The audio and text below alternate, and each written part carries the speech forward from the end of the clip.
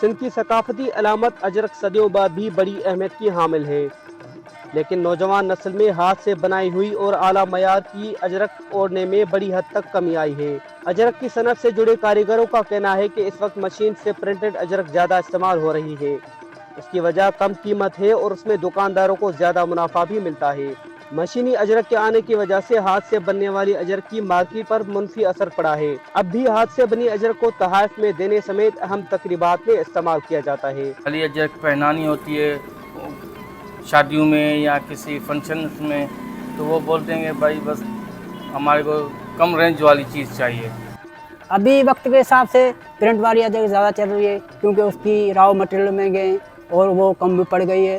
पहचान वाले लोग जो है वो लेते हैं, बाकी जो है स्क्रीन प्रिंट बहुत लेते हैं। अजरक की सनत का मरकज हैदराबाद से 50 किलोमीटर दूर मटियारी और भिटशा में है। कि जो हाथ वाली अजरक है वो भिटशा में और मटियारी में बनती है। उस पर बहुत सारे मरहले होते हैं, उसमें मसाले लगते हैं, तकरीबन 72-73 मसाले लगते हैं।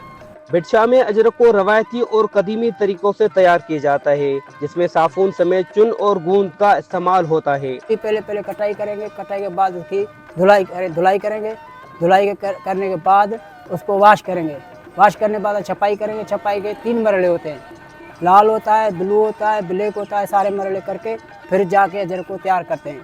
फिर उसके बाद ये धुलाई पे जाता है, धुलाई के बाद फिर भट्ठी पे जाता है। भट्ठी पे जाकर उसमें अलीजरिंग कलर होता है उसमें, और साकुन होता है।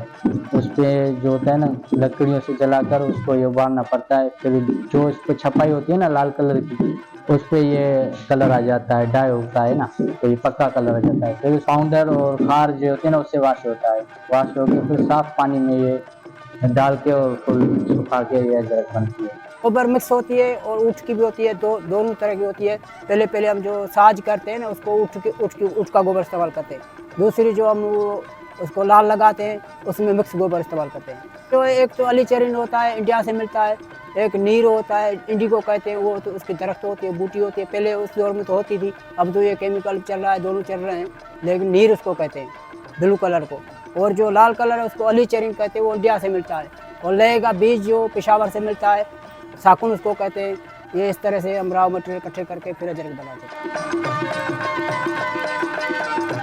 हाथ से बनी अजरक की कई इकसाम है। अजरक को पसंद करने वाले लोग आज भी उस तरह की बनी अजरक को तरजीह देते हैं। हाथ से बनी अजरक मारूफ सिंगर आबदा परवीन पहनती हैं, जबकि लोग फनकार अलन फकीर भी हाथ से बनी अजरक का इस्तेमाल करते थे। अब प्रिंटेड अजरक बहुत ज्यादा चल रही है, क्योंकि उसमें दुकानदारों के लिए मुनाफा भी ज्यादा है और कीमत भी कम है। ये हमारे यहाँ तो मुख्तलिफ कीमतें होती हैं। इस अजरक के मखसूस नाम है। नारो वाली अजरक है, आशे वाली अजरक है, काशी वाली अजरक है। उनकी कीमतें भी अलग अलग होती हैं। हम यहाँ से 3000, 2500 की 4000 तक बेचते हैं, फिर वो आगे जाके अपने हिसाब से बेचते हैं। कारीगरों का कहना है कि पुराने ज़माने में अजरक के लिए कपड़े की पहचान लाजमी थी, लेकिन मार्केट में प्रिंटेड अजरक आने के बाद ये रुझान कम होता जा रहा है।